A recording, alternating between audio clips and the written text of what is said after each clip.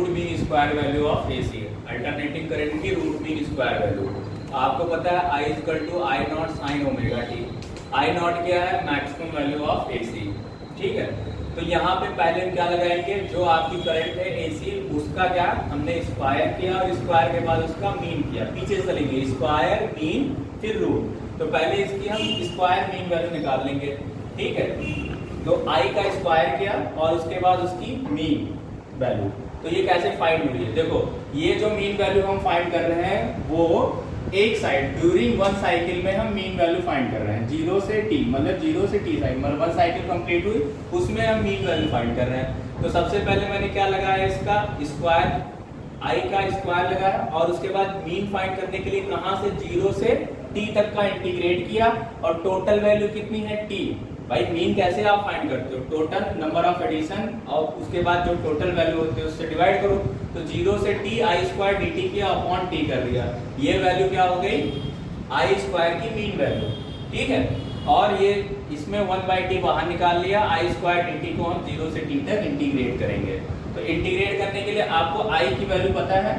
ठीक है, alternative current I की वैल्यू पता है, I equal to I naught sine omega T, और t इक्वल टू आपको पता है 2 pi by omega. Omega equal to क्या होता है? 2 पाई बाई टी।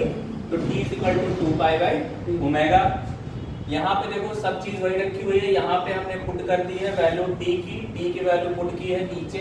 t की वैल्यू जब पुट करोगे 2 पाई बाई ओमेगा, ये ऊपर हो गया ओमेगा बाई 2 पाई, और इसको फिर इंटीग्रेट करेंगे आई नॉट साइन ओमेगा टी का स्क्वायर। तो पहले इसका स्क्वायर कर लेंगे, 0 से t आई nought square sine square omega T D T. ठीक है, इतनी वैल्यू समझ में आ गई। आई नॉट भी कांस्टेंट है, मैक्सिमम वैल्यू ऑफ एसी, इसको भी मैंने बाहर कर लिया। ओमेगा आई नॉट स्क्वायर अपॉन 2 पाई बच गया आपका। देखो 0 से 2 pi by omega sine square omega T D T. ठीक है, अब देखो यहाँ पे t की वैल्यू यहाँ भी मैंने पुट कर दी 2 पाई बाई ओमेगा के टर्म में।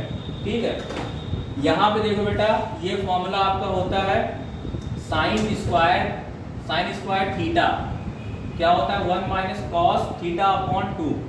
तो यहाँ पे देखो sine square omega T D T है, तो इसको हमने 1 minus cos 2 omega T upon का 2, मतलब ये फॉर्मूला अप्लाई किया है और ये पूरा लिख दिया है टी टी।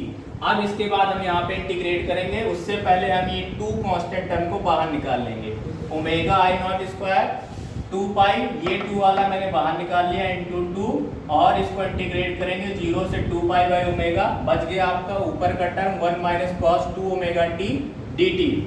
ठीक है, अब यहाँ पे इंटीग्रेशन आपका हुआ है 1 डी टी का इंटीग्रेशन होगा और साथ में क्या होगा, माइनस लगा के cos 2 omega T D T का इंटीग्रेशन होगा।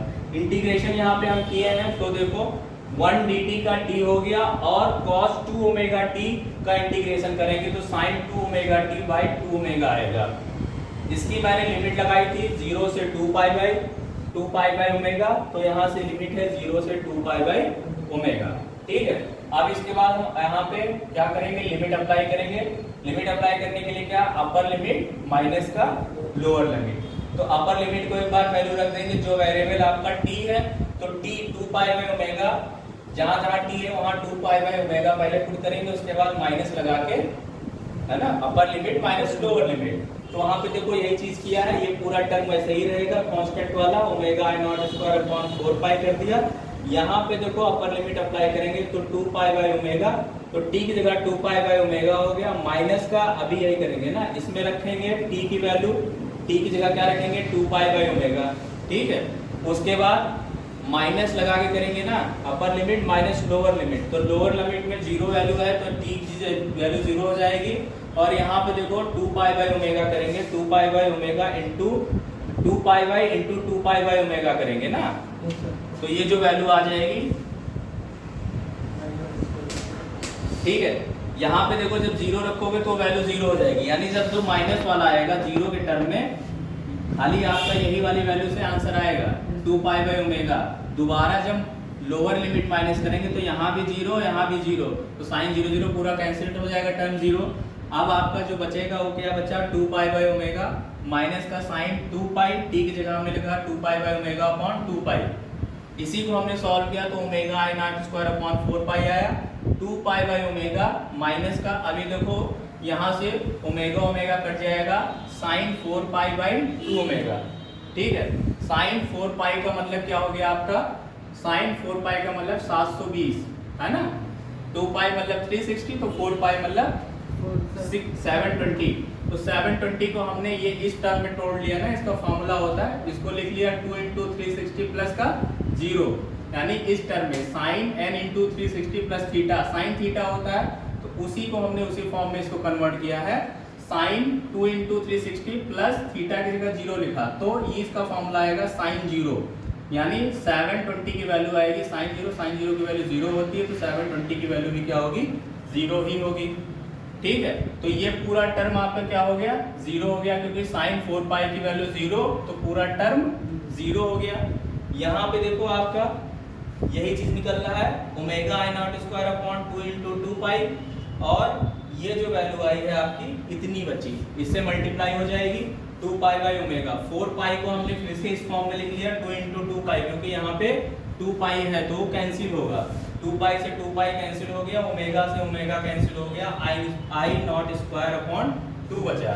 ये जो वैल्यू आई है वो AC की कौन सी है, मीन स्क्वायर वैल्यू है ना। हमको फाइंड क्या करना था, root mean square value of AC, तो जो मीन स्क्वायर वैल्यू आई है उसका हम रूट ले लेंगे, तो वही लिखा है सोदा, इसको हम लिखते हैं रूट मीन स्क्वायर को RMS लिख लिया, root mean square value of AC, जो स्क्वायर वैल्यू ऑफ AC है उसी का हमने रूट लगा दिया। तो देखो ये आपकी आई है ना स्क्वायर वैल्यू ऑफ AC, उसका रूट लगा दिया, तो इधर भी हम रूट लगाएंगे, तो ये root I nought square upon 2, इसी को हम लिखते हैं IRMS, इसी चीज की रिप्रेजेंटेशन को हम IRMS के फॉर्म में लिखते हैं, IRMS इज इक्वल टू, ये देखो यहाँ स्क्वायर यहाँ रूट तो कैंसिल हो जाएगा, आई नॉट अपॉन रूट 2, तो ये आपका एक्चुअल फॉर्मूला हो गया IRMS, root mean square value of AC is equal to I nought upon root 2, ये हमारा रिजल्ट है।